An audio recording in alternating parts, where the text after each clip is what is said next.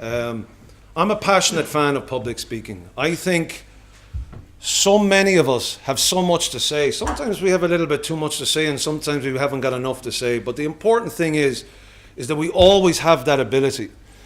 And it's a shame so many of us waste that opportunity. And it's a shame that so many of us are stopped from taking that opportunity by our own selves, by our own lack of confidence, by the barriers that society put in front of us, etc. But today, you have a great opportunity to be able to take great confidence in being able to say, I competed in a public speaking competition and I'm going to give it my best. And that's the most important thing, is standing up and speaking.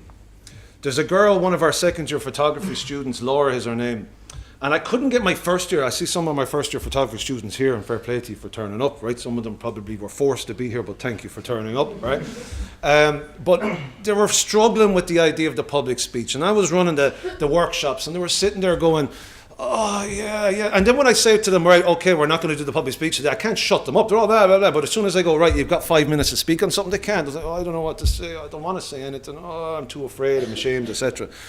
So Laura is quite a unique student. She's a photography student, but she's deaf. So I asked Laura with her interpreter, I says, you know, these students, I can't motivate them, you know. So she said, oh, leave it to me. I'll go in and talk to them. No problem, right? So she went in and she gave a speech to them through her interpreter about the power of talking. And she said a great line, and it stuck with me. She said, you have a voice and you won't use it. I may not have a voice, but no one is ever going to not hear what I have to say. And here's a person who's deaf, but can't wait and has so much to say. And here we are, we can talk and we can speak, but we're so refrained in what we can do, and we hold ourselves back in what we do. So public speaking to me is a fantastic thing, and you should all take great credit for turning up here, and your comrades, friends, classmates, supporters, and everyone else that's here. So I want to thank you all for coming up. But I want to finish on these last few lines. I sometimes always think of myself when I'm giving my classes, I always feel like that I'm running in a by-election, but there's never a vote or a poll, because I'm just constantly giving these speeches, and then at the end it's just nothing. I just go home and that's it, right?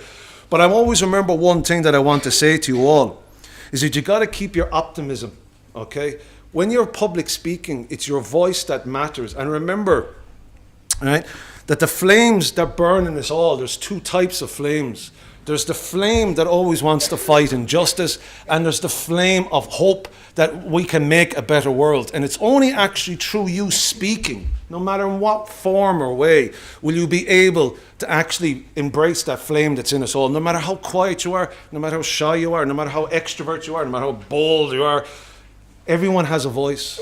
And I just embrace, and I tell you to embrace, the idea of being able to speak and communicate to everyone. So on that note, we're going to start our competition. I hope our competitors are ready. Are you ready?